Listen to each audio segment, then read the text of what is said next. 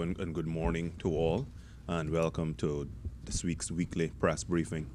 I just want to talk about one initiative in our ministry, which is one that has been carried and covered really well in the press over the last couple of years. But we had our first cohort of single mothers as it relates to Passport to Success, and they graduated just this past week.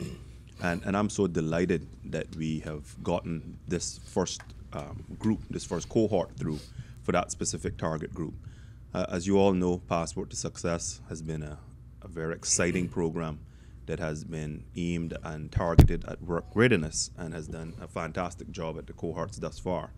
I can say that from the results, this group, while unique, has made it through, and 17 of the 20 that started made it through. And listening to the personal reflections and seeing the results thus far, I can say it's been quite impressive. Already, 6 of the ladies have full-time employment. That's more than a third. And I can say that there aren't many initiatives that are being run these days in economies that are still struggling, like Cayman, that is having this sort of impact and this sort of success.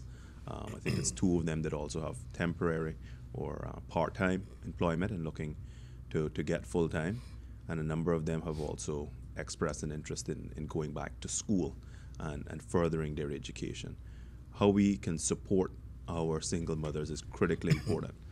As we know, they are a group in our community and in a lot of societies that do have unique and peculiar challenges. But I can say that I want to thank the facilitators, the sponsors of the program, and really the companies that have employed them thus far. And we're going to be doing yet another exercise of reaching out to the business community to try to get them to support more and more of our Passport to Success participants, but in particular this cohort, because we know that their level of responsibility is great, being mothers, and a lot of times they do not have the type of assistance and support that they ought to be having from the fathers of their children. I would hand over now to my colleague from Scotland, who's going to give us a brief update. Morning, Deputy Premier, and morning to the press who's here. Again, thanks for joining us. I do have 2 brief items to mention. One is a subject we had a separate press conference for yesterday regarding my ministry, a positive announcement. Obviously, only Radio Cayman attended yesterday. Was somewhat disappointed that the other press members were not here for announcement of such positive news. But I'll repeat it here this morning for the remainder of the press corps. As everyone would be well aware, there was an initiative from my ministry called Proud of Them, which was supported by the remainder of my colleagues.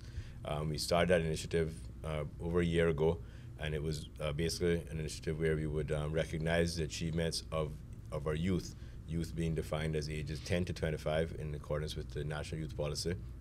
And so we would erect billboards with images of these young people with some information about them and their achievements, and also run some press releases which would have more in-depth bios about the young people, all in an effort to as I said, recognize their achievements and their accomplishments, and for other young people to be able to look up to them as role models and mentors, and learn from them, what it takes to be a good athlete, a good student, and maybe a good community worker as well.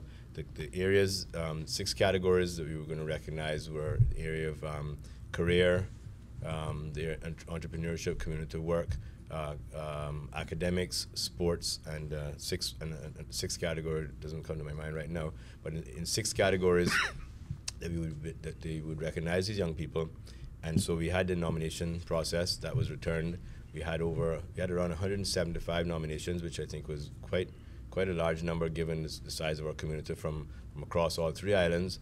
And the first 12 awardees or persons to be recognized, young people to be recognized, were announced yesterday, and I'll just go through those names just for the benefit of everyone here. The first person is a young lady from Northside, Latoya Francis. She was recognized in the area of academics. And the second person is Joel Burke, recognized also in the area of academics. Brian Watler in academics as well. Moses Ebanks academics. Shakaya Tatum, also in academics. Andrew Smiley, and we're all very familiar with Andrew, one of our swimmers. He was recognized in the area of sports. Chanel Gall was recognized in the area of sports.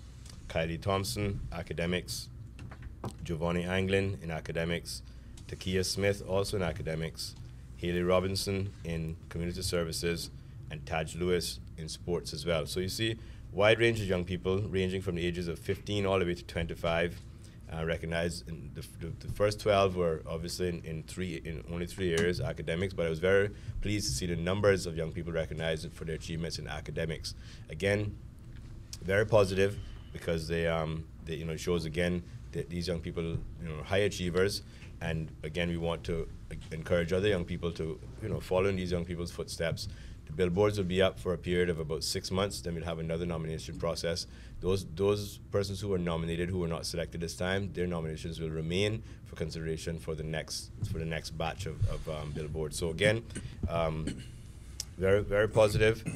Very pleased that we would have these up very shortly, and you'll see them across the island from West Bay to East End, and including Cayman Brac as well. There's one billboard in Cayman Brac, and people will see these young people being recognized, but being praised and for their achievements thus far. So wanted to announce that very positive initiative that's happening now. On a second note, another positive announcement in terms of my ministry is that as we would know, we have Caymanian students who study abroad including at the University of the West Indies in hospital, primarily in Jamaica, studying for their medical degree. After the completion of their degrees, they're required to do an internship program in various specialties before they can be issued with a registration and a license to practice. So over the years, there's been consideration as to whether they can do some of those internships here or not.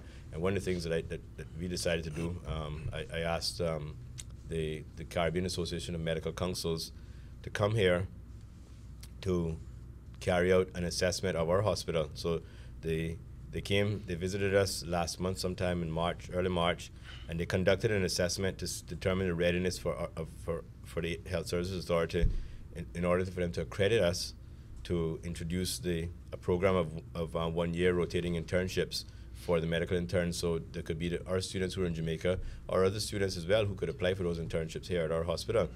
So before they arrived here, an accreditation working group was established at the hospital to ensure that the appropriate structures and so on were in place to support this internship program. And they were also required to complete a checklist prior to the CAMC, Caribbean Association of Medical Councils, coming here. The team came here for a 3-day visit in March and conducted their assessment in terms of the suitability of the HSA. And we've now been approved by the Caribbean Association of Medical Councils for 8 internship places for 1 year rotating internships, which will commence in July this year under the specialties of general surgery, internal medicine, obstetrics, and child health for a period, and those rotations will be for a period of 3 months each. So each student then will rotate through those programs, those areas of specialty, 3 months at a time for a year. The specialties will provide interns with the relevant clinical exposure. 2 will be assigned to each specialty, and the HSA, with the support of the Ministry of Health, as part of the requirement, must create and appoint a registrar in areas of each specialty to assist with the supervision of these interns. The interns will then be eligible for registration while they're doing this internship on the provisional registration list under the health practice law here in Cayman. So the funding for the assessment was by the ministry, and initial setup, and that was only around $8,000 for this assessment. And the cost on an annual basis for the 4 interns, providing somewhere for them to live, for the 8 interns, so on, providing somewhere to live, as well as for the registrar and so on, is around $500,000, which includes the salary, housing, and other expenses for the program. So very pleased to announce that today, and as I said, received an email from the registrar of the Caribbean Association of Medical Councils last week to announce that we had indeed been approved for the internships. Very good for the hospital, very good for healthcare in Cayman, and that the hospital is now obviously improved in stature in terms of as a facility. When a hospital goes to become more of an academic type facility now, says quite a lot about how much we're advancing in terms of the care and the quality of care. And I have to say that they very much applauded and commended the hospital, the organization, the care being provided there, and everything was in quite in order in terms of inspection. Thank you very much, Minister Scotland. I think Minister Glidden is going to give us a number of updates under his areas of responsibility. Thank you, Deputy Premier. I do have quite a bit of updates for the areas that fall on my constitutional responsibility. So I just want to ask the press for their indulgence, and I can say that I also have my chief officer in attendance as well, who is here to answer any questions that may be necessary of him. I'll start off with some nice simple ones. The first one is the touchdown in the Cayman Islands this summer with Miami Dolphins football camp. It's another part of the promotions that the Department of Tourism is doing from a partnership standpoint. We have a release that says the Cayman Islands invites young athletes to train like a professional football player this summer at the Miami Dolphins football camp. Campers ages 6 to 14 can learn the skills of the game and be coached by former Miami Dolphins players July the 24th through the 25th during half-day sessions. Pre-registration is strongly encouraged and is on a first-come, first-time, first-served basis. It's perfect for a family getaway this summer, just an hour from Miami. The Cayman Islands invites guests to enjoy a special package with exclusive offers on accommodations, airfare, and attractions. And, the Cayman Islands Department of Tourism is delighted to be partnering the Miami Dolphins to host what we envisage to be an extremely rewarding football camp experience. As a part of our Only in Cayman promotion, it says, only in Cayman can you find so many unique activities for the whole family to enjoy for a fun-filled summer vacation. We hope that many families from Miami will take advantage of the many wonderful on-island promotions being offered and to visit us this summer, and we look forward to welcoming them to our shores. If we move,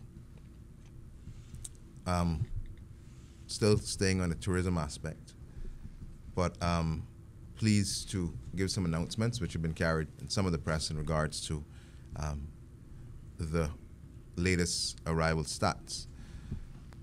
And so after a record year in 2012, where we registered the highest number of visitors to the islands in 11 years, I am pleased to confirm that the positive trend has been sustained and stayover arrivals have continued to grow. When I say a record year, I'm referring to the fact that air arrivals in December 2012 were the highest that we had seen in any December in 12 years. Moreover, at the end of 2012, we registered an increase of 4.1% over the total number of air arrivals for the previous year, 2011, and cumulatively, we saw a dramatic increase of 17.3% over the consecutive 3-year period. I am sure you will agree that those numbers were impressive, particularly since they were achieved at a time when the entire world faced significant economic challenges. Today, just 2 months since my last announcement on stayover arrivals, I am happy to share even more good news and confirm that statistics for the first quarter of 2013 show that we are already 8.2% ahead of where we were at the same time last year. For the month of March, we have recorded the highest number of stayover arrivals since January 2000. In fact, other than March 2013, the only time we have registered over 40,000 visitors in a single month was 12 years ago, back in March 2001. To reinforce this point, from January 2000 until March 2013, we have had a total of 159 months, and this March represents the highest arrivals in 159 months. Comparing figures year over year, March arrivals for 2013 are 11.8% higher than March 2012, representing an increase of more than 4,500 individuals. Although some of these arrival figures have already been reported in the local media, I would like to put them in perspective by quoting one of our leading hoteliers, who stated that this March was their best month ever since they have been operating in the Cayman Islands. Without naming them specifically, I can tell you that they have been doing business here for a significant number of years. Our tourism arrival statistics have been brought about in part by the hard work and determined efforts of the Department of Tourism and the private sector partners, who have worked closely together with singular focus and almost laser-like precision to bring to market the kinds of promotions and offers that appeal to a wide cross-section of consumers at varying price points. The end result has been successfully enticing travelers to our shores, and I would venture to say that the warmth, friendliness, and overall Cayman kindness that is displayed to visitors while they are here has also played a part in encouraging repeat visitation, and that is something which we can all be proud of. In these particularly competitive and challenging times, the Department of Tourism recognized that it would take more than warm welcomes and exciting offers to sustain the incremental travel brought about by deals and promotions. Consequently, we began seeking innovative and lucrative partnerships with a range of industrial giants, with the objective being to greatly magnify awareness of the Cayman Islands as a leading vacation destination. The partnership with National Geographic is just one example of a program where the Cayman Islands demonstrated leadership by being the first and currently the only Caribbean destination to host the National Geographic Kids Explorers Challenge. At the culmination of this program, the Cayman Islands achieved over 22 million consumer impressions through the extensive reach of National Geographic affiliated networks, in conjunction with a variety of media outlets across the USA and beyond. More recently, in February this year, the Cayman Islands partnered with Bride magazine, the world's foremost bridal brand, on their first ever crowdsourced wedding, which was streamed live on Facebook, which is arguably the world's most recognized social media network. By hosting the honeymoon in Grand Cayman and Little Cayman, we not only demonstrated the diversity of our individual islands' tourism product, but we also achieved significant media and consumer awareness in the process. As of the 11th of April 2013, there were over 789 million impressions related to this program, which has far exceeded expectations. Additionally, the partnership has also delivered high PR value, as well as providing confirmed editorial coverage in an upcoming issue of Brides magazine. These are just two examples from a long and impressive list, which also includes Energizer and Orbitz, who filmed 10 videos on the island to promote a new Energizer product, and which delivered 5 million impressions via Orbitz and 5 million video impressions, in addition to many other benefits. In keeping with the constant drive to expand the network of innovative partnerships across a full gamut of niche areas, the Department of Tourism has just concluded their collaboration with Du Jour magazine, which is a high-end publication covering the latest in lifestyle, travel, and culture for the ultra-rich. A team from Du Jour was on island last week to complete an 8 to 10 page fashion photo shoot plus editorial, which will hit newsstands in June. Focusing on the present and looking towards the future, I would like to take this opportunity to announce 2 new partnerships with the Department of Tourism has once again successfully brokered with 2 leading sports conglomerates in the United States, which we are extremely excited about. Just yesterday, the Miami Dolphins summer camp promo team arrived in Cayman to host a series of pep rallies with primary and high school students across the island. In collaboration with the DOT, the Miami Dolphins will be hosting a summer football camp in Grand Cayman in July. The second new partnership which I would like to announce today is with the renowned New York Jets, who will soon be on island to shoot their Jets flight crew cheerleader calendar in Grand Cayman and Little Cayman. The Cayman Islands will feature as the backdrop in thousands of calendars that will be sold across the United States, providing our destination with huge exposure through the vast New York Jets media network. Needless to say, this will bring awareness of the Cayman Islands to the attention of thousands of potential travelers. Perhaps even more exciting, the Cayman Islands will also feature in a 30-minute behind-the-scenes television show on the making of the calendar, which will air on US TV in November 2013.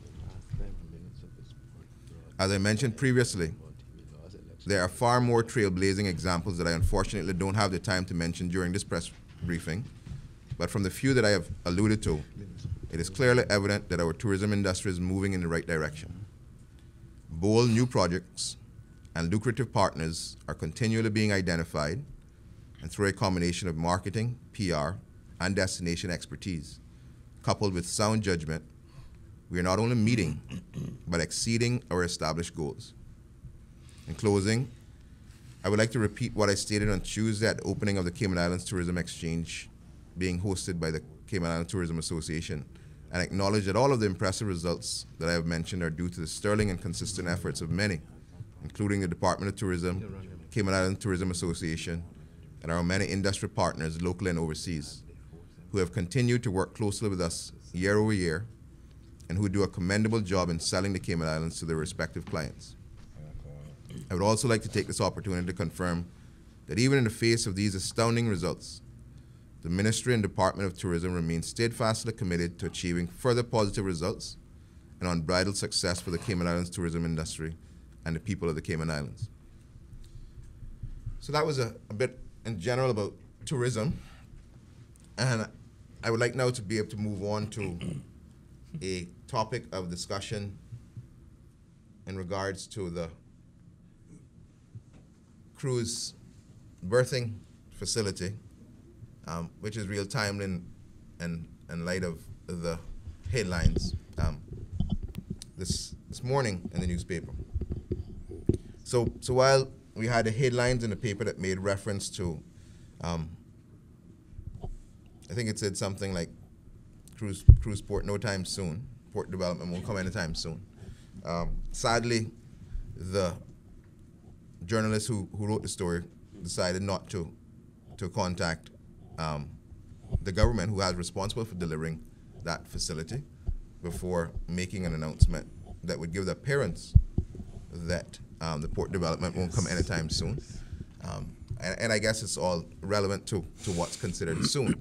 I think we've attempted to brief the media on every opportunity to discuss in terms of timing and process, and to ensure that what has transpired over the last 4 years, where we've been promising a facility and the delivery of such a facility, and obviously attempts were being made to do that by myself and others, only to get to an end result where we've had the United Kingdom government having to stop the process and basically say that because the process hasn't followed best practice in terms of procurement, that they cannot support the process going forward, which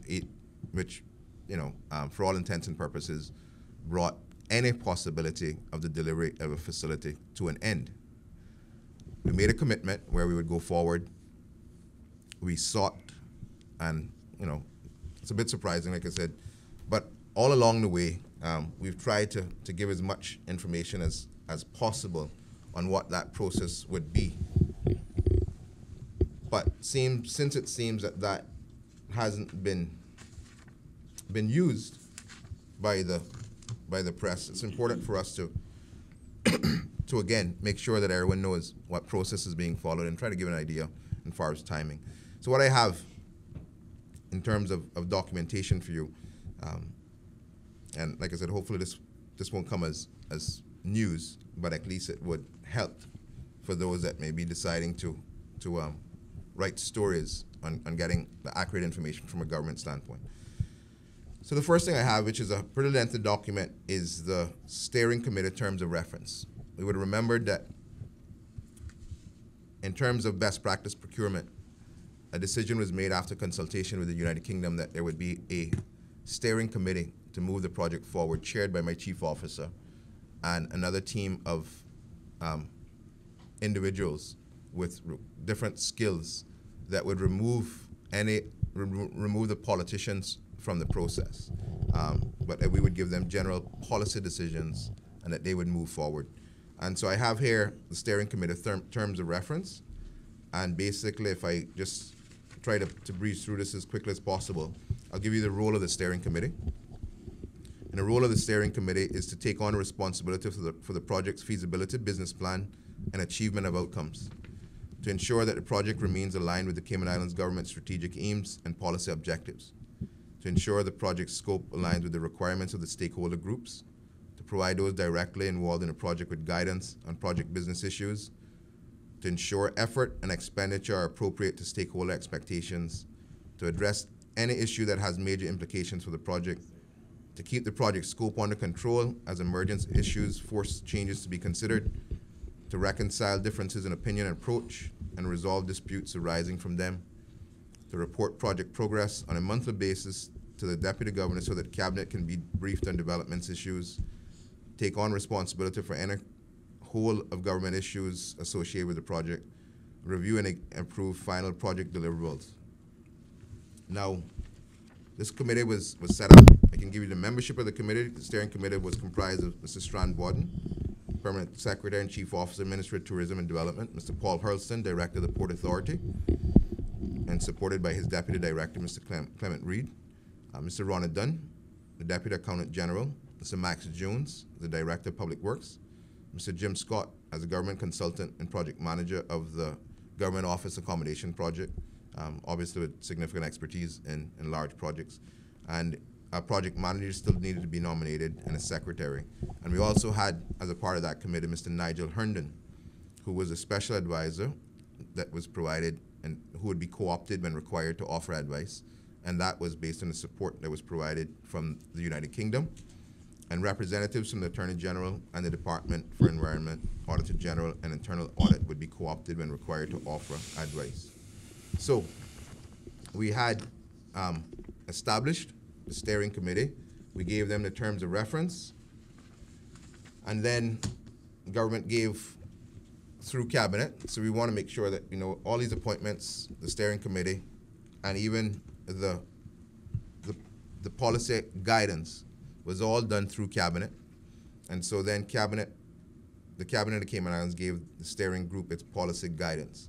And the guidance said it is government's policy to further enhance the existing facilities for cruise passengers visiting the Cayman Islands in order to improve the visitor experience when disembarking, to mitigate against the threat of losing existing visitors, and to increase overall passenger numbers to the Cayman Islands. The proposed cruise berthing facility is to be sited in downtown Georgetown with a secondary facility at spots. The project will not be funded with any conventional funding or borrowing. The Cayman Islands government and Port Authority of the Cayman Islands must retain full ownership of the port and the property. There will be no commercial development by any third-party developer. The opportunity for commercial development is to rest with the Port Authority of the Cayman Islands, and current cruise passenger fees should remain unchanged. At this stage, the combined cargo and cruise operations at a single location is to be continued. Also, the development of cruise berthing in the Cayman Islands is to include a provision for cruise tenders. There is to be no cap on the maximum number of cruise visitors at this time. The current transportation infrastructure capacity for downtown Georgetown should be considered, and a recommendation made based on the anticipated impact of the new berthing facility. And pursuant to a transparent and accountable procurement process, the target operational date for cruise berthing is as soon as possible. Now, a lot of work has been done. I want to give credit to my chief officer and his team for quickly jumping in, recognizing the importance of this process, this project, to the tourism product and to the overall economic benefit of the Cayman Islands. And we're happy to see that the first phase of, and I know this would seem strange in terms of a first phase, but it showed where the process was lacking before. So the first phase called for a strategic outline case. Strategic outline case has a basic written and very transparent, clearly defined process on issues like the project overview, the aims, the needs, the objectives and constraints, the strategic aims and policy objectives, the project need, the project objectives, project constraints. It has stakeholder analysis, which surprisingly we've not been able to find. Management and implementation, consideration of options, cost benefits and risks, and the funding and affordability. So the group has got and delivered, and we have it available for the public, the strategic outline case. And obviously it's a lengthy document, and we won't have time to go through that, but we can make copies available for the press who can use. But we have issues, for example, when we talk project constraints, we have the issues on financing, the political environment, the phasing, the impact on cargo operations, domestic infrastructure, the social environment, the natural environment. We have a stakeholder analysis, which, again, the following preliminary list of key stakeholders will be consulted during the development of a subsequent business case. Cayman Islands government, the Port Authority of the Cayman Islands, Department of Environment, construction sector, the companies that currently do tendering, the National Roads Authority, the cruise lines, the downtown retailers, the transport industry, local attractions, tour operators, general public, residents, Cayman Islands Tourism Association, the Advancement of Cruise Tourism Association, the general business community, border control agencies. And so the process would be that we would end up with the pre-procurement stage, which has the preparation of the strategic outline, the outline and full business case for key personnel, project manager, consultant support, financial legal matters, and technical environment. And I'm happy to say that we're at that. And after that stage, we go through a competitive tendering process. And I'm happy to announce this morning that following cabinet approval, government is now seeking new proposals for developing a business case for the cruise berthing in Georgetown as a public-private partnership.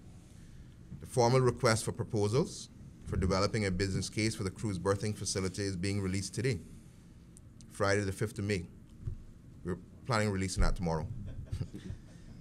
Cabinet also approved government's policy directive issued on the 5th of March for developing Grand Cayman's cruise berthing, as well as improving existing facilities at Spots Landing. The directive titled Strategic Outline Case for Cruise Berthing in the Cayman Islands is also to be released tomorrow. The policy is intended to support government's goals of enabling success in the island's tourism industry. Specifically, it addresses obtaining increased representation on cruise ship itineraries for the Cayman Islands with a view to developing more tourism opportunities for our people. A number of benefits will accrue from the project. The construction and development phase, followed by a fully operational facility, will generate additional jobs for our people. More importantly, it will deliver significant economic benefits to the islands, notably improving public revenue and raising the gross domestic product from increased visitor spending. Additional benefits include increased opportunity for the continued sustainability and profitability of the Port Authority of the Cayman Islands. The Minister of Tourism and Development Chief Officer, Mr. Strand-Bodden, explained that the procurement process will follow an open competitive process in keeping with international best practice in the public management and finance law. The exact number and size of the pairs will be developed in the business case, he said. A competitive procurement process will identify the project's private sectors, partners, who will be responsible for designing, building, and financing the facility. Operational responsibility will then revert to the Port Authority for the strategic reasons Mr. Bodden noted. Funding is through a public-private partnership in view of government's inability to seek further borrowings, and key stakeholders include government, the private sector, cruise lines, and the public. Identified options include moving the cargo port. The strategic policy document also notes that a major risk involved is environmental impact from construction. So, process is moving forward. We're quite happy with the hard work and commitment that has been shown by the committee head and led by Mr. Bodden, my chief officer in the ministry, and we're quite content that the process that is now going forward, a process that has the blessings of the international community as well as the Foreign and Commonwealth Office, will actually deliver a facility in a short time. What we don't have to worry ourselves about anymore is wondering whether due process is being followed, whether the United Kingdom is going to accept that process, and at the end of lengthy and protracted discussions that we then end up having to start over again, because due process was not followed.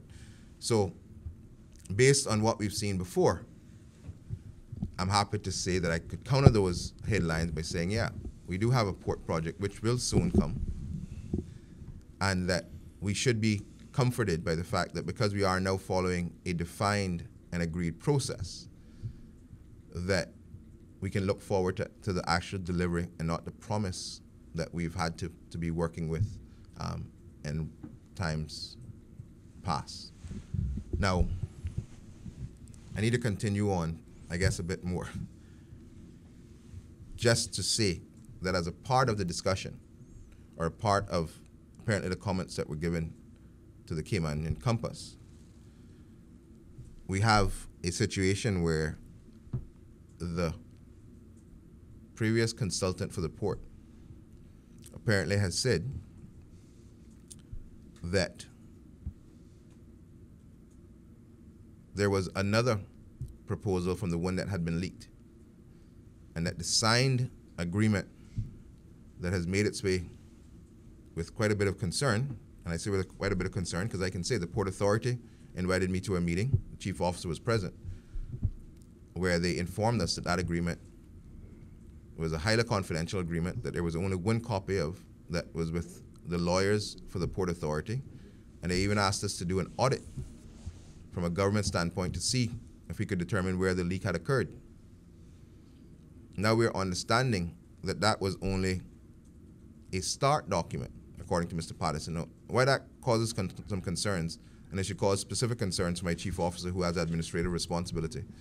When Mr. Patterson came and met with us in early January, he would have still been contracted by the Cayman Islands government.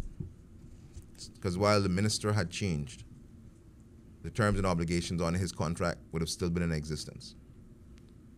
And if there was a different agreement or something new, we would have expected, as a part of his professional obligation, that he would have provided that additional information to the government of who he was contracted by at that time. Now, he informed both of us that he had not had access to the initial agreement, that he knew there was a business plan, that he was working, and that he was surprised to know that there was an agreement that was signed. Now, for Mr. Patterson to say that the agreement was a starting point, I'm not sure exactly what information he got to provide him with being able to make that statement, because the document was signed some 3 months before he was even hired. So how he knows the context that the agreement was signed under and what was the purpose of that, he'll have to say. But what he has said is that there was a new agreement that was reached because he had been negotiating.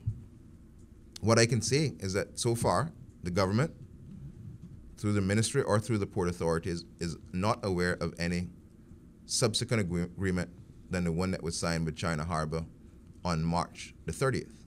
But it does raise concerns, because if there is a new agreement that supersedes the conditions of the old agreement that would be signed and binding by the Premier and by the Chairman of the Port Authority, it creates another issue for us, because now we might have a new document out there somewhere that now has different agreements in it, which we know nothing about. Now, in terms of legal obligations, we've said before that we've asked the Attorney General, as the chief legal advisor to the government, to look at the agreement to see what obligations may be existing under that agreement. But if Mr. Patterson says there was a new agreement that now has changed the terms and conditions, for some reason, we haven't been given that new document. And I sat in a meeting I find it strange that I sat in a meeting with the Port Authority's lawyers, who were Maples and Calder, I can say, who had significant concerns about the confidentiality of the agreement that was leaked to the press, but never once made mention of any new superseding agreement. Now, he says that in this paper, the former project manager dismissed speculation based on a leaked framework agreement with the Chinese that government was given too much weight to the developer.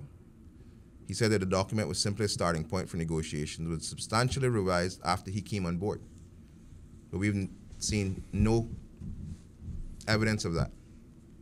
And again, it would be important for him in his capacity, having been paid by the Cayman Islands government, to make sure that we have the document showing what commitments were actually committed to by the Cayman Islands government in terms of us knowing what legal ramifications. Because it says that Mr. Patterson said one of his first actions as project manager was to redraft the framework agreement. So if we have a redrafted framework agreement, which goes against what Mr. Patterson told me and the chief officer, the person who had administrative authority over his consultancy contract at the time which he was still under, we would have expected him to bring the redrafted document showing the signatures and showing that we were now having a document that superseded the last one. And from a legal implication standpoint, that would be doubly important for us, because we would want to make sure that when we're looking in terms of obligations, that we're looking at obligations based on the most recent document. So, going along with that, or I guess adding credibility to that, is that Mr. Tang said the company still considered itself to be involved in the project and could not comment on the details. Now, is that involvement based on the document that has been leaked, where they still feel that they're involved in negotiations? Or is it based on a more recent agreement that Mr. Patterson has drafted, and we assume draft, and since it seems to have been the practice to sign the draft documents, we can only assume that the new agreement that would have superseded that with better conditions for the Cayman Islands government would have been drafted and signed by all parties as well. Because the legality that exists says that whether they draft or whether they were in discussions or negotiations, if we don't have a mutually agreed document that has agreed to supersede the document that has been leaked from March the 30th, whatever negotiations have occurred, it's going to all depend on what has been agreed and finds itself in a legally binding document as per the March 30th document. So as a government, we're anxiously awaiting the new agreement upon which Mr. Tang from China Harbor sees himself still involved in the negotiating process, and of which Mr. Patterson makes reference to. We would love to know that there is a document that supersedes the document that has been leaked. But because of the high level of secrecy that has been involved in this process for whatever reason, unless the individuals who have access to this other mystery document are willing to release it, we'll have to wait, I guess, until it ends up in the car, Mr. Ezra Miller's car, or Mr. Arden McLean's truck, because that, or in the windshield, that's where it ended up coming from the last time. And I can only expect that once again, the Port Authority will be concerned about the leaking of a very confidential document. But I do, my chief officers here, and I do intend to ask him to follow up as a part of the responsibility of Mr. Patterson, who was employed and paid by the ministry for quite a while, as to what his obligations would have been if there is such a document, as to why it would not have been presented or released to his employer at the time as a part of the work that he would have been conducting. And I can't give an explanation for the fact that he did come and meet with us in what would have been seen as an update and a briefing, and expressed his surprise at being informed that there was a document that had existed that had been signed 3 months before he was there, but having never told us that there was something else that had been agreed and been signed, that we should now be concerning ourselves in terms of ensuring that the correct process for terminating any such agreement has occurred. If that the agreement that was leaked actually had an expiry of 1 year after, which would have been March the 30th, 2013, according to Mr. Patterson, there would have been some document setting out new terms and conditions much more favorable to the Cayman Islands that would have been agreed sometime after his employment in May of 2012. And we look forward to having that document, and hopefully, like he said, that it is showing that the superseding document provides better terms and conditions for the Cayman Islands. And we would be anxious, as we would expect that he would be, to ensure that that document is made public as soon as possible. And I think that was more than a mouthful, and hopefully I'm able to answer any questions that may be coming after. Thank you very much, Mr. Glidden. I think we better open it to questions very quickly. Green? You said that? Normal Connolly of the Community Encompassing. On that subject, Mr. Glidden. How did I know you were going to have that subject now? Psychic.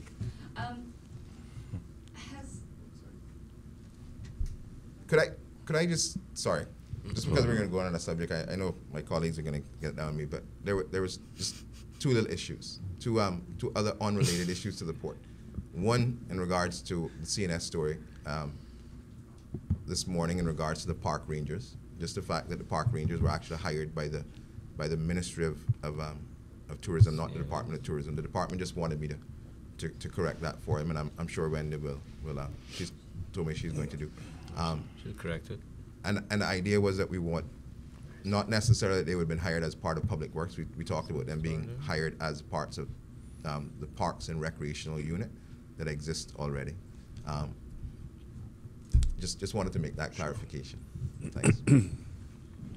Just because there might be some questions on that as well. Mr. Glynn, I wondered, what sort of contact has the government had with China Harbour since the FCO basically put an end to the deal?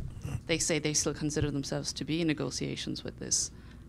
You say that's not the case because you haven't seen if a subsequent document exists, whether signed or unsigned. But what sort of contact have you had with them? Well, obviously, based on the comments coming from the newspaper, my chief officer, as you will remember, the discussion and the termination would have taken place in November of 2012, which was before I accepted responsibility. So I'm not sure exactly what the termination was. My understanding was that the agreement, that it was made quite clear to all parties involved that any process that was ongoing at that stage was terminated through the instructions of the FCO and their concern with the process that was followed.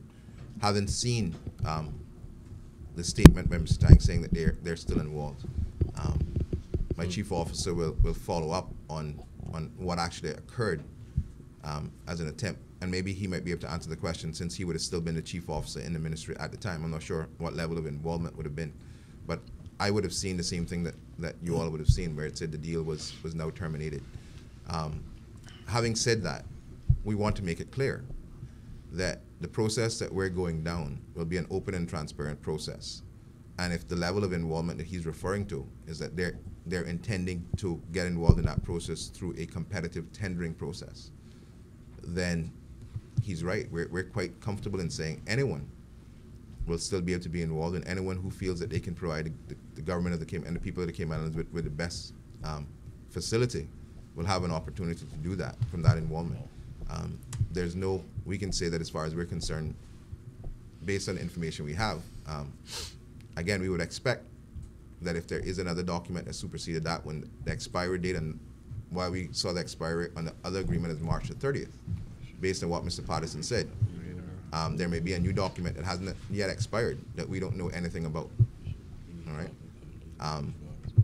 But outside of that possibility existing, the process that we've just outlined says that we're going down a path. We're now developing, we have the strategic outline case. We're now going out to bid for an entity who will provide the business case, and that business case will drive the creation of the RFP, all right, which will allow for interested parties to now come forward and actually make a bid on the process on an informed basis with all the information that has been provided to them. So whether it means that their involvement is going to be because they're going to be one of the bidders, or whether they have some other obligation, I really can't answer, because it appears that there's some document floating somewhere out there, which is a new one, that no one else seems to know anything about. I don't know if Mr. Borden has any. So seeing as we're basically going back to scratch here, getting a new business case, putting out a new bid for RFP.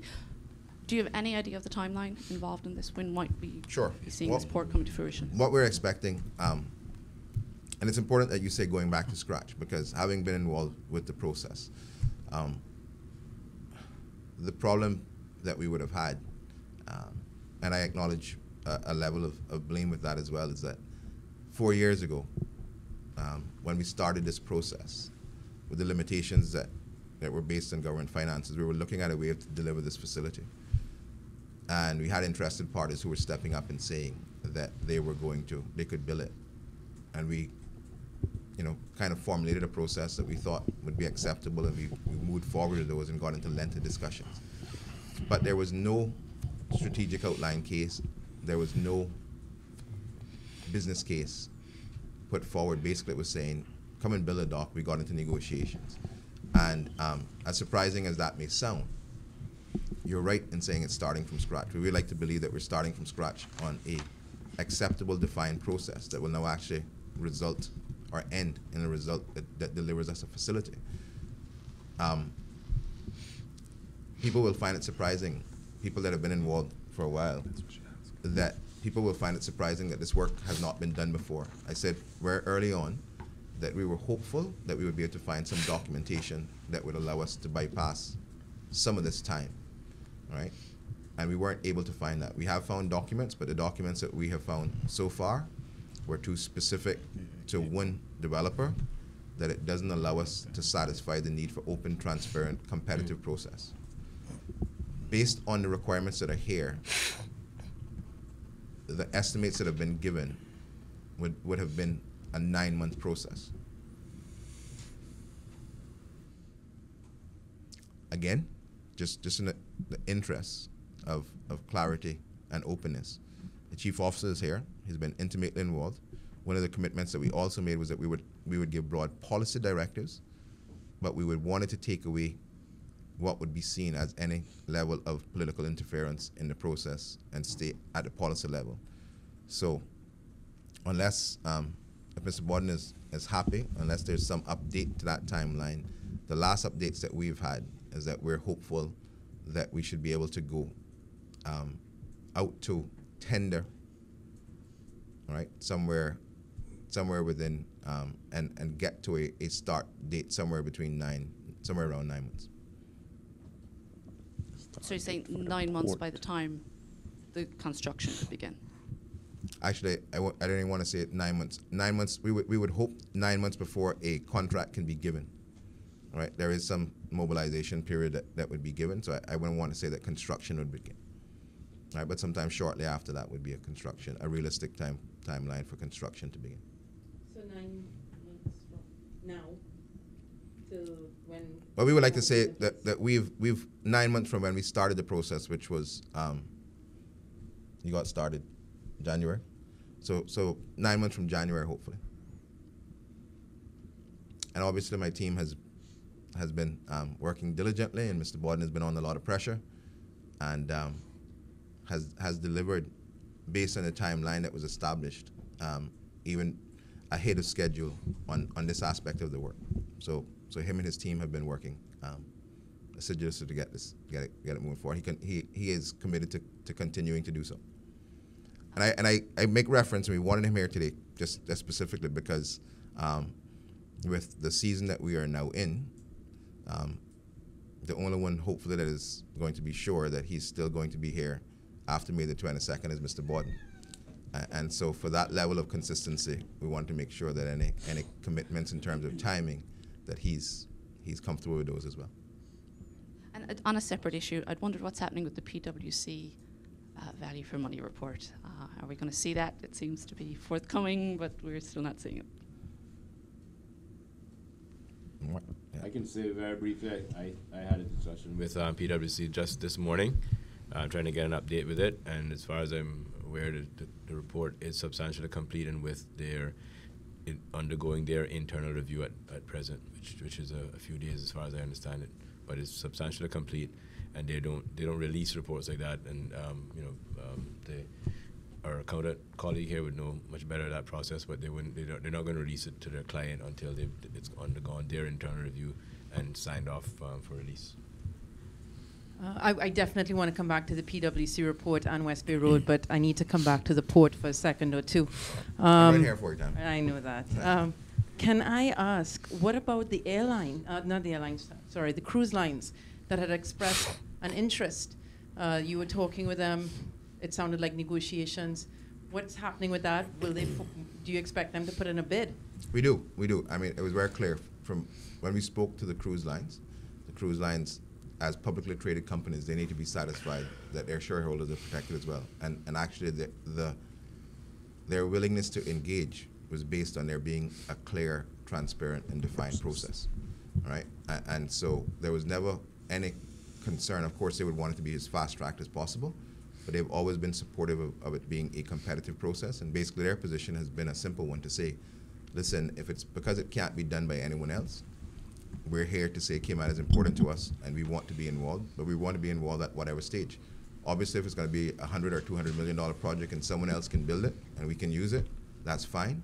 But we wanted to make our commitment clear to the Cayman Islands that if it required us to put our capital to finance it, that we were willing to be engaged in that way as well. And that's the correspondence that we get from them. Continues to show that. They're continuously updated on the process. They continue to engage. And we expect that the process will be one that will be attractive to them as well, to participate in whatever level, whether that's partnering with another developer, whether that's them doing it directly. But their commitment has remained, and we don't see, there was never any indication that a tender process, in fact, that was a requirement for them to be involved from the very beginning. So we're happy that, when I say that it has the support of our international partners, that was specifically what I was referring to. They were happy to see a process that was actually open and transparent. And of course, one might ask the question, why put out the process tomorrow? We're less than 3 weeks out from the election.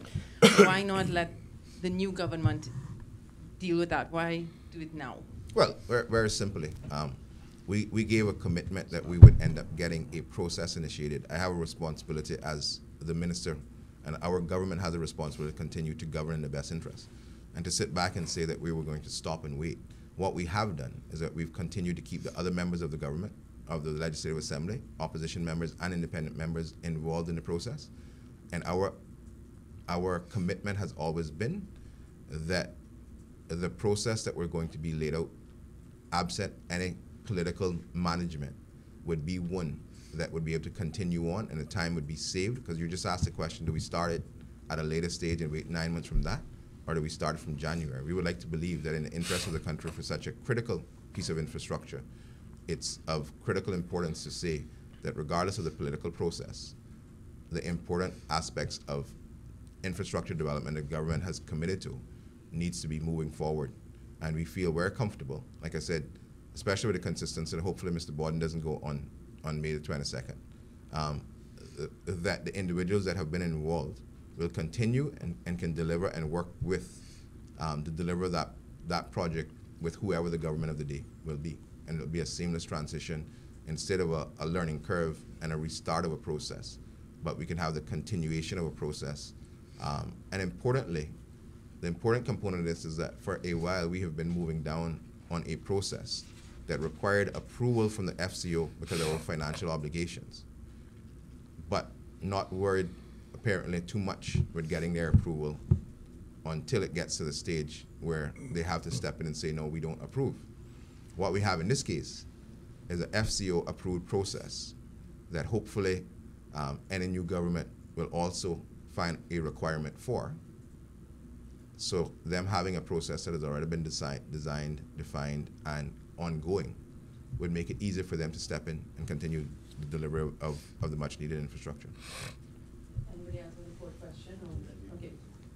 Just to follow up on my colleague Tammy, Mr. Glidden, I remember it was just within the last month with the press briefing right here in this room, you had said that you were getting just a business plan together and you probably were not going to be putting out the RFP or the request for RFPs because that was something you were going to leave for the next government. And I'm just wondering why the change. And my recollection isn't that bad, I don't think. No. But let's just make sure the RFP that I'm referring to is an RFP for the business case. Okay. Right? So to get tender package, those companies that are coming are going to see the business case and want to see the analysis and want to see the stakeholder consultation to make up that. And so why we're referring to an RFP, the RFP that we're referring to now is just an RFP for the business case, because our procurement process says that even to get the business case done, we have to bid, we have to go out for a competitive process, right? So this isn't an RFP for the project. This is an RFP for the business case, which, like you rightly said, I committed to hoping to get.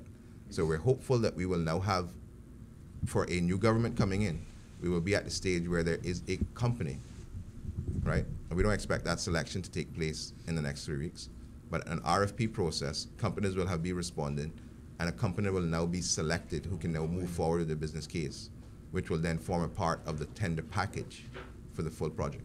Gotcha. And you still think that 9 months is from January, so September of this year, and that's when the contract should be awarded for the overall construction, or just the business plan aspect? I see my chief officer. Maybe we may Just a little clarity would be. Sure, yeah, sure. thank That's you. what we want. Yeah. That's why he's here, from a timing standpoint. Definitely more than just a business case that we expect. Thank you, Minister Glidden, and good morning. To answer your question, Jay, the process is going to be quite detailed, not going to be overwhelming, but it's going to take some time. Why we're pushing, to answer your first question, to get the RFP out in order to get the project moving along. That will come back later this month. As Minister Glidden said, it'll be in tomorrow's local press. It'll be out for 3 weeks, so that will be back on the 24th. Once that's back in, obviously we would have went through the national vote by that time. A new government will be in place. They'll be organizing during that time. At the same time, we'll be reviewing the various bids. We make an award for the business case. What the group decided to do was not only to do a tender for the business case, but we'll also need financial services assistance as well, in terms of developing the tender documents for the actual construction, looking at legal services for the actual developing of the contract for the successful bidder for the construction. So it's going to be a lengthy process through the life of the project, right? That will need to be identified. What we are looking at is all of that hopefully getting done. The business case being developed. Then once that is done, the strategic outline case actually talks about a myriad of options. So the business case will now identify the preferred option. What we'll build the tender documents and all the various consultancy needs from. It'll be the requirement for the country. Once that has been done, again, like I said, the tender documents will be done. What the group has largely agreed upon, including construction time, that the new government that comes in later this month will be able to realize cruise port within their term, including construction. So opening of a cruise berthing facility within the next 4 years. But if I could just get a clarification, it seems to me the person who is awarded the contract for this particular business case would actually be the one that's going to win the contract later on for the construction. Is that no? How is it different? No, well, obviously the difference. This will be a firm well experienced, well versed in producing financial services contracts, business cases, doing that kind of consultancy work that will then be the procurement process for the actual construction. Yeah? So it's almost like two different bids then, one for the business case, and whoever wins that, then there'll be, I'm trying to put it in layman's terms for the listening and viewing audience. And that's a good point, Tommy. Not to get too far into the actual RFP, but we envision that instead of going out for the business case and then having to go back out again then for development of tender docs and financial services consultancies, that we would go out all at once. but we would get it priced in the stages, so in the phases that it happens. Now I've let the cat out of the bag, and everybody knows what to bid on. No, that's fine. But it's important for us. Like I said, we want to make sure that it's two separate. This one, the business case, will probably be one of the big four accounting firms, one of those that do the consultancy work, that will do the business case and the financial modeling that would show the financial viability of the project. That would all come together as a part of the tender document. So it would be a total different company who is involved in the development, whether it's one of the lines or whether it's a development company, who would then actually bid using those documents that have been provided. Right? So we can expect to hear it reopening again some 9 months down the road, or 6 months, or however long it ends up being, for the actual construction part. Yes? Right. Okay. And Jay, I hope that clarifies why the period gets shrunk. It gets compacted because while the entity who is going to develop the business case is developing a business case, they're also working on how that business case will form part of an overall RFP for the actual delivery of the project, which only makes sense. It was not explained Sure. at the very beginning, yeah. That helped out tremendously. Thank you. Good.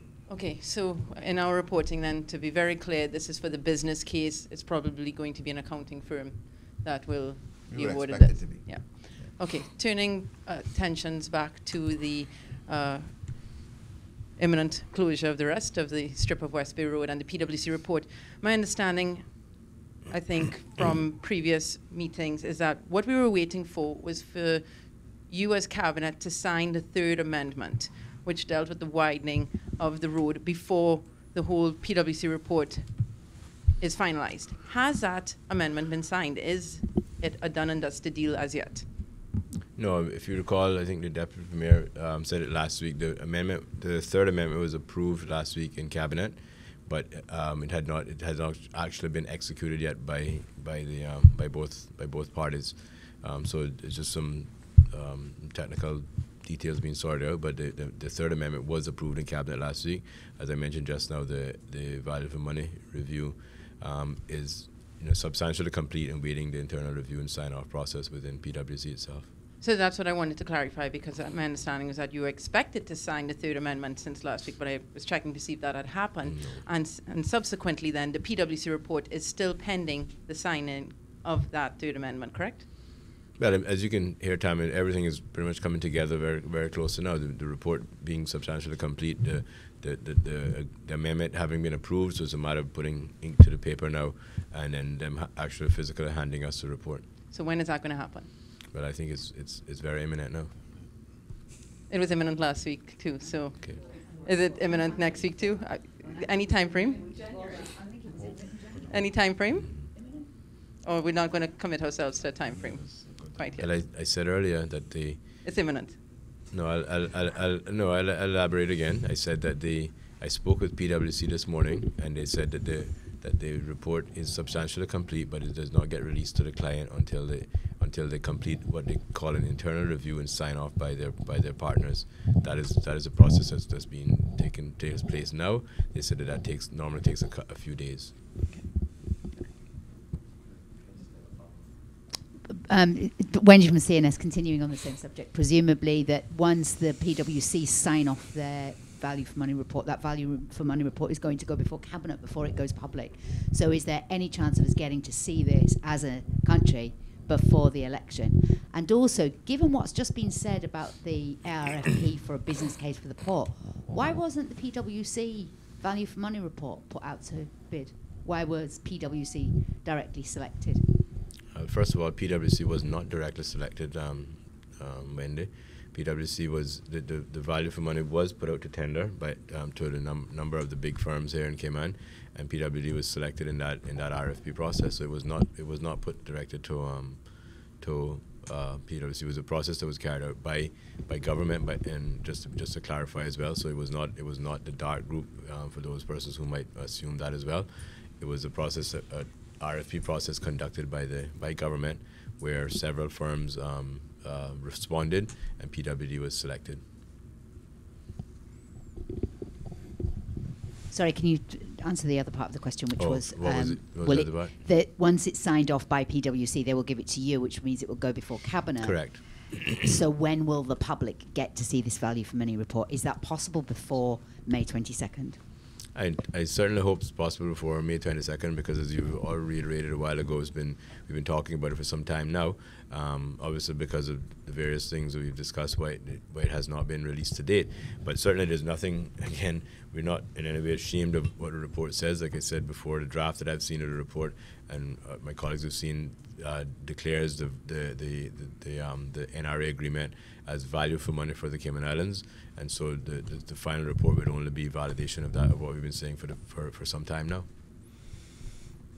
Quick follow to that. I mean, we spoke about the Third Amendment here at the press briefing probably sometime in February, and I'm just curious to how Cabinet just approved it last week when you guys had already pretty much approved it by speaking to us and the country about it in February.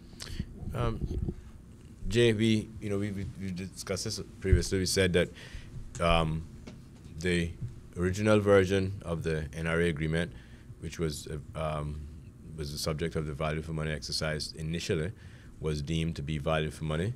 At that point, discussions continued, and there were some amendments made on both sides of the negotiation in terms of adding other things to the agreement. Certainly not because they were needed to bring in more value for money, but certainly because of the fact that, and one of the reasons why other aspects were brought into the NRA agreement at this point was because, obviously, with the discussions not going forward at this time for the main agreement, the government's objective at that point was to be able to take advantage of some of the points that would have been in the main agreement, such as the full renovation of the public beach. There was some of the items that the Sunrise Adult Training Center, some property that we were acquiring for that.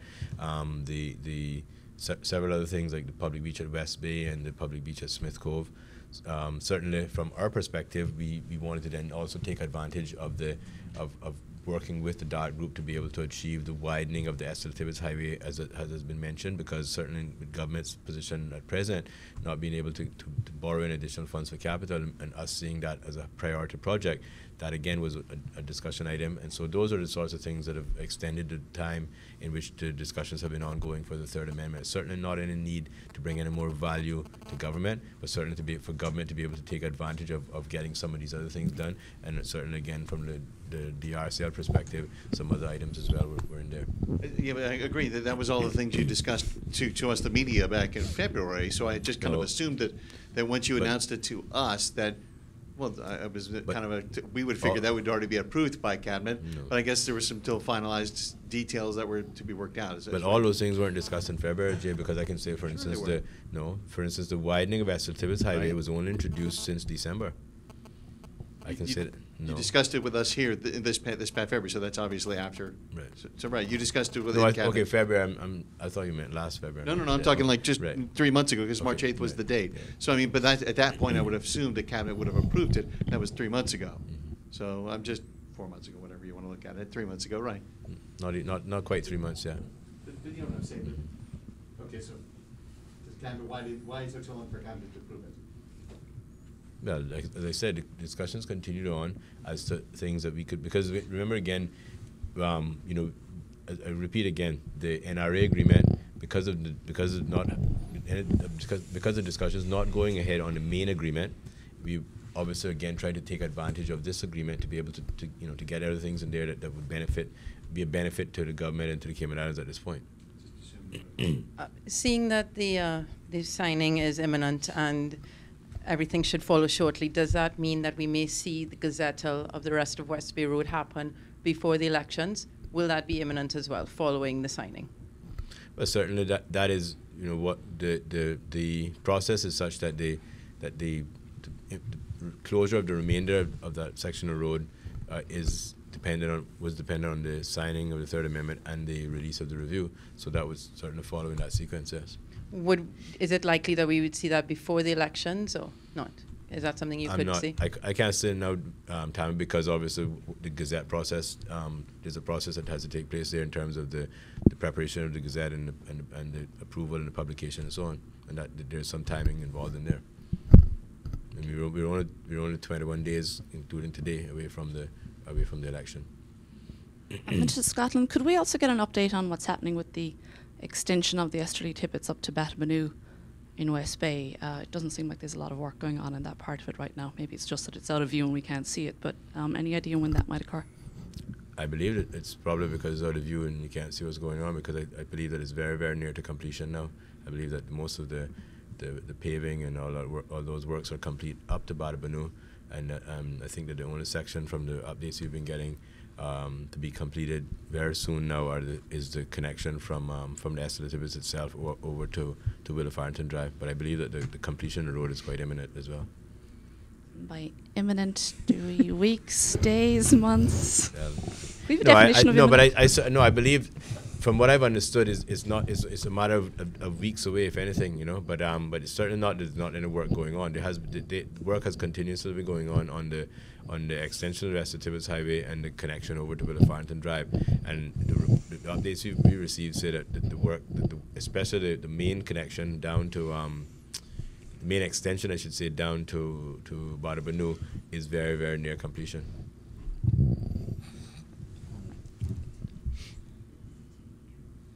Oh, I had a slightly unrelated one. Just I'm not sure which one of you covered this. Just to do with the traffic lights at the junction. The lights have been. It's the most dangerous junction in the Cayman Islands. I did a story on this a few years ago, and it's the hot spot where most accidents happen at a single junction, and yet the lights have been on the blink for 3 days. Why the delay? It seems insane. I mean, well, I mean, I haven't had experience in that area myself. I can say that it must be some serious electrical or other problem with the signal.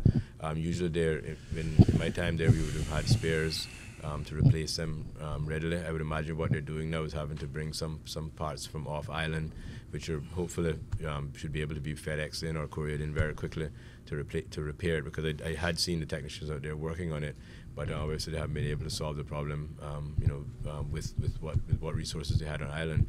Having said that, I had seen press releases where the police said that they would be out there during peak hours.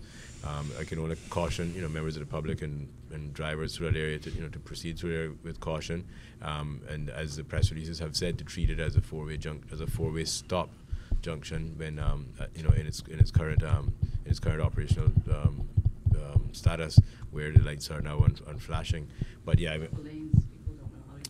but I would imagine that it's because they're waiting on some replacement parts to be brought in. Sorry, can I just take you back to the good old West Bay Road and the PwC and all the agreement, just to get some clarity? Does government have permission to release the value for money report as soon as it's signed off? If you see what I mean, is there agreement with DART and with PwC as well that agreement can go public? And secondly, when will we see the actual agreement itself that the value for money report is talking about? Seeing the value for money report without seeing the agreement may not give the public the kind of real comprehension and understanding that they're going to need of this deal. The agreement is an addendum to the report, so once released, everything will be released. But certainly the first question was, Do we have permission? Oh, the permission. Yeah, sorry. has it been clear all the parties, as in DART, PwC, and yourselves? First of all, when the report is the property of the government, as it's our report, so it's certainly not a matter for us to clear with PwC or with DART about any release of the report. I mean, that is the main reason why, as we said, is going through this internal review now, so that when they deliver the report to the client, it's our report to be disseminated in the way that we see fit. I'm sure it'll end up on Mr. Miller's and Mr. McLean's windshield probably before it goes out to the public.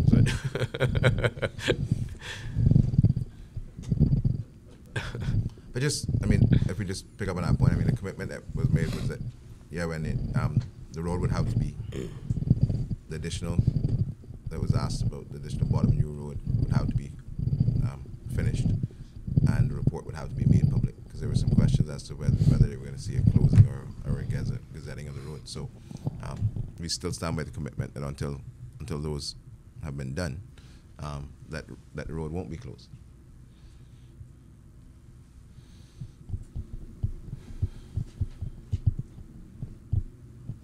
Seems like there's still more questions. That was so easy today. Anything further, ministers? One Wendy more. has Can I one. just clarify one thing?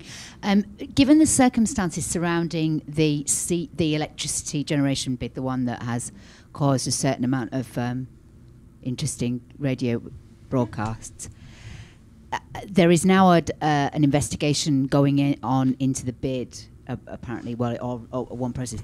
Can you say what's happened with that? Has DART stopped talking to CUC about that now, or is it that still going on against the backdrop? And can you explain whether now they have actually changed their bid? So, is it now going to be more expensive for the electricity? Can you give us an update on where we're at with it? I can't, Wendy. We'll seek an update. What we do have is you're right in saying that questions have been brought. I think there's two different areas. There was one question concerning the bid having been withdrawn, and then there's and re-allowed to bid, and then there was a consideration or a suggestion that the bid that was actually allowed and selected actually had an error. And so how the board deals with an error, whether the entity simply removes their bid based on it being an error, or whether the board accepts a change, I can't say. But the chairman of the ERA, Ms. Borden, has announced that due to the allegations that have been made, that the board is going through an investigative process to ensure that the decisions that were made in terms of the bid and those people that were involved are beyond question. But I can't say what progress has been made so far. Just a quick final question. As the general elections are just 20 days away, and we might hopefully see you guys 2 more times here in these wonderful press briefings that you're having. Only 2 more times, Jay? Only 2 more times, sir. Yes, but that's why I'm kind of wondering, are you planning on maybe a Monday or a Tuesday press conference but prior to the general elections? No, we'll have on the Thursday. We'll have on the 23rd. The Monday's a public holiday. And on Tuesday, I'm sure that all of us would be very, very busy doing some other things, and you all can cover us at our public meeting. Very quick question before we wrap up. I have to ask about the other PwC reports that were done before the amendments. Are we going to see those along with the finalized report, or there was only, or were the amendments made to that report along the way? Do you know what I mean? There were reports done, but then amendments made to the deal. Well, there's no reports done. There's draft reports done because Right. until we release a final report, there's only one report. We contracted with PwC to do a value for money report and agreement, albeit an amended agreement. So the final report is the report. So there's no reason to have separate reports, or we haven't contracted with any consultant to do separate reports on each of the drafts. We have a draft agreement. We had an agreement which was which they produced a draft report for. There've been amendments subsequent to that, and the report is not finalized until it's finalized. The underlying question is, was there value for money all along? I think I said that earlier on this morning. But that's a question that's just come to me. I can say Yeah. categorically that the draft report that we received in June last year stated very clearly that we obviously went into all the details and so on, but there is a paragraph in that report that very clearly says the NRA agreement presents value for money for the Cayman Islands. So the question is, would the public get to see that as well, to reassure them that all along? Well, I mean, I'm saying again, there's only going to be one report produced by PwC, and that's the final report on the NRA agreement, the amended NRA agreement.